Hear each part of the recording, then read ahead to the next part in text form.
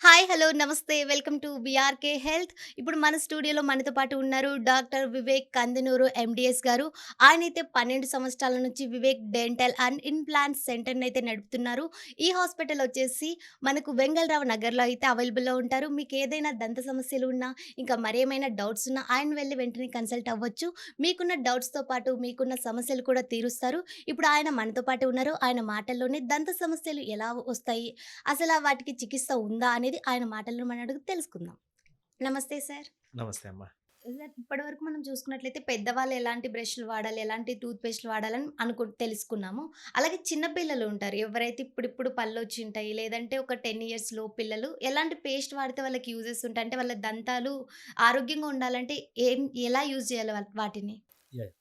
So, new mothers హ్మ్. First వాళ్ళ పిల్లలకి సంబంధించి అసలు టూత్ బ్రష్ ఎప్పుడు స్టార్ట్ చేయాలి అనే ఒక క్వెషన్‌లో ఉంటారు. హ్మ్. అవును. వాళ్ళకి టూత్ బ్రషింగ్ స్టార్ట్ చేసిన తర్వాత ఎలాంటి పేస్ట్ వాడాలి? వాళ్ళకి కొంచెం 5 సంవత్సరాలు వచ్చిన తర్వాత ఎలాంటిది వాడొచ్చు? మళ్ళీ వాళ్ళ మిడిల్ ఏజ్ అంటే పాల పళ్ళు పోయి పర్మనెంట్ పళ్ళు వచ్చే దశలో ఎలాంటి టూత్ పేస్ట్‌లు వాడొచ్చు?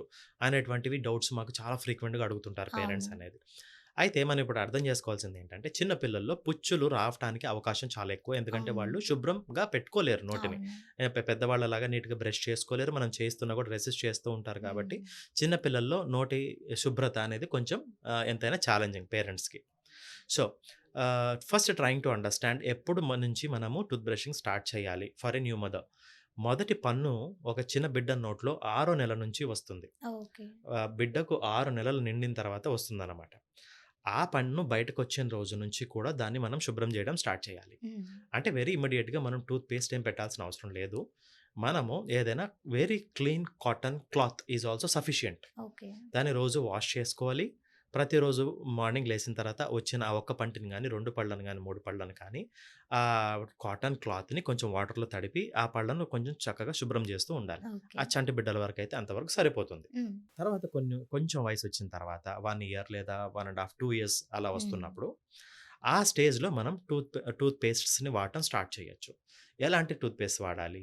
యాక్చువల్‌గా పిల్లలకు పుచ్చులెక్కువుంటాయి గాబట్టి చాలామంది ఏం అర్థం చేసుకుంటారంటే, ఫ్లోరైడ్ ఉండే టూత్ పేస్ట్‌లు వాడితే పిల్లలకి పుచ్చులు రావు అని అనుకుంటారు. హ్మ్. అయితే ఇక్కడ మనం అర్థం చేసుకోవాల్సిందేంటి? ఫ్లోరైడ్ ఉండే టూత్ పేస్ట్స్ అంత చిన్న పిల్లలు 1 ½ 2 ఇయర్స్, 2 ½ ఇయర్స్ ఉన్న పిల్లలు, నాన్న స్పిట్ చేసేసేయ్ అనంటే అర్థం చేసుకోలేరు. వాళ్ళు మింగుతారు. హ్మ్. అవును. టూత్ పేస్ట్ ఏదో టేస్టీగా ఉందని చెప్పి మింగేస్తారు. ఫ్లోరైడ్‌ని చిన్న పిల్లలు మింగితే అది టాక్సిసిటీ గదా! అవును. అందుకని మనం ఏం చేయాలనంటే చిన్న పిల్లలు 1 ½ ఇయర్, 2 ½ లేదా 3 ఇయర్స్ వరకు కూడా పిల్లలు స్పిట్ చెయ్యి అనే కమాండ్‌కి రెస్పాండ్ కరెక్ట్‌గా అయ్యేంత వరకు, హ్మ్. స్పిట్ చేయగలిగేంత వరకు fluoride free tooth pastes use చేయాలి. ఓకే. అప్పటి వరకు తల్లి బాధ్యత.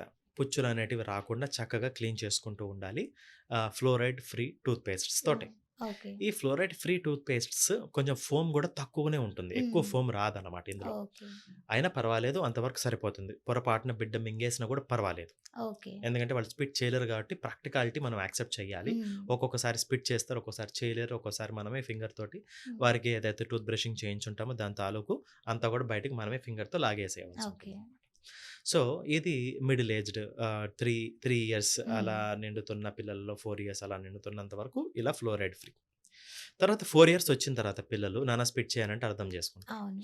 అప్పుడు మనం ఫ్లోరైడ్ టూత్ పేస్ట్స్‌కి షిఫ్ట్ అయిపోవాలి. ఈ ఫ్లోరైడ్ టూత్ పేస్ట్స్ ప ప 400 450 పీపీఎం నుంచి 1000 పీపీఎం వరకు డిఫరెంట్ కైండ్స్ ఆఫ్ పీపీఎం ఉండేటువంటి ఫ్లోరైడ్ టూత్ పేస్ట్ మనకు అందుబాటులో ఓకే. ఉన్నాయన్నమాట.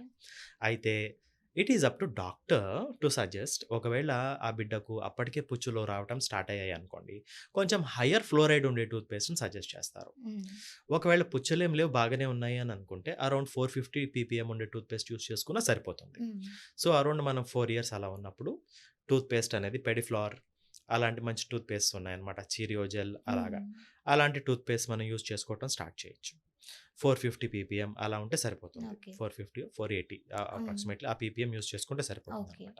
ఆ టూత్ పేస్ట్‌ని మనము యావరేజ్‌గా 7, 8 ఇయర్స్ వచ్చేంత వరకు 4 ఇయర్స్ టు 7, 8 ఇయర్స్ వచ్చేంత వరకు కూడా కంటిన్యూ హ్మ్. చేసేసుకోవచ్చు. అయితే రీసెంట్‌గా అవైలబిలిటీలోకి మనకొచ్చిన tooth pastes mixed dentition tooth pastes. Okay. అంటే పాల పళ్ళు వెళ్ళిపోతూ పర్మనెంట్ పళ్ళొచ్చే దశల్లో పిల్లలకి చిగుళ్ళు చాలా నొప్పులుండటం వల్ల వాళ్ళు సరిగ్గా బ్రష్ చేసుకోలేకపోతారు. అవును. పేరెంట్స్ ఏంటంటే పిల్లలకి ఆల్రెడీ 7 ఇయర్స్ వచ్చింది కదా అని కాన్ఫిడెన్స్‌తో బ్రష్ చేసుకోండి అని ఆ! వదిలేస్తారు. అలాంటప్పుడు పుచ్చులకి మరింత ససెప్టబుల్ అయిపోతారనమాట వాళ్ళు. So, mixed dentition toothpastes like Enafix okay. ఇలాంటి టూత్ పేస్ట్స్ ఉంటాయి. ఇందులో ఫ్లోరైడ్‌తో పాటు మరిన్ని కావాల్సినటువంటి కాల్షియం ఫాస్ఫేట్స్ అనేటివి ఉంటాయన్నమాట. పంటిని కొంచెం దృఢపరుస్తాయి. పర్మనెంట్ పన్ను నోట్లోకొస్తుంది గదా! హ్మ్. ఆ పర్మనెంట్ పన్ను ఎన్ని రోజులు ఉండాలి మనతో పాటు? లైఫ్ లాంగ్ ఉండాలి. అది చిన్న వయసులోనే పుచ్చిపోతేనో, మరి దానికి సిమెంట్ అని లేకపోతే రూట్ కెనాల్ అని చేయాల్సొచ్చిందనుకోండి అవును. చిన్న వయసులోనే, it becomes a big loss for the child. కాబట్టి దీనికి సంబంధించినటువంటి టూత్ పేస్ట్ కూడా mixed dentition toothpastes for example Enafix అనే టూత్ పేస్ట్ ఉంటాయన్నమాట. హ్మ్. ఆ టూత్ పేస్ట్‌ని మనం యూజ్ చేసుకోవచ్చు టిల్ 12థ్ లేదా 13థ్ ఇయర్ వరకు. ఓకే. మనకు 14 సంవత్సరం పూర్తయ్యేటప్పటికి అన్ని పాల పళ్ళు వెళ్ళిపోయి పర్మనెంట్ పళ్ళు వచ్చేసుంటాయి. హ్మ్. ఆ తర్వాత ఒకేసారి మరీ ఘాటుగా క్లో ఉండే టూత్ పేస్ట్ కొన్ని కొన్ని టూత్ పేస్ట్ ఏంటంటే ఆ ఫ్రెష్‌నెస్ కోసం ఎక్కువ క్లోని ఇంక్లూడ్ చేస్తారు. ఓకే. అలాంటి వాటితో 14 సంవత్సరాల బిడ్డ బ్రష్ చేసుకుంటూ కొంచెం నోరంతా పొక్కినట్టుగా అనిపిస్తది ఆ! వాళ్ళకి. అలా కాకుండా కొంచెం జెంటిల్‌గా ఉండే టూత్ పేస్ట్స్ ఆల్రెడీ మనకు తెలిసిన టూత్ పేస్ట్సే కోల్‌గేట్ అని అవి ఇవి హ్మ్. కొంచెం జెంటిల్‌గా ఉండేటివి ఉన్నాయి ఓకే. కొన్ని. అంటే which is not clove or herbal. అలాంటి టూత్ పేస్ట్‌ని మనం యూజ్ చేయడం స్టార్ట్ చేయొచ్చు 14 ఇయర్స్ నిండిన తర్వాత. ఓకే. తీసుకోవటం కూడా మనకు నోటి సైజుని బట్టి, ఆ బిడ్డ యొక్క వయస్సును బట్టి 14, 15, 16 హ్మ్.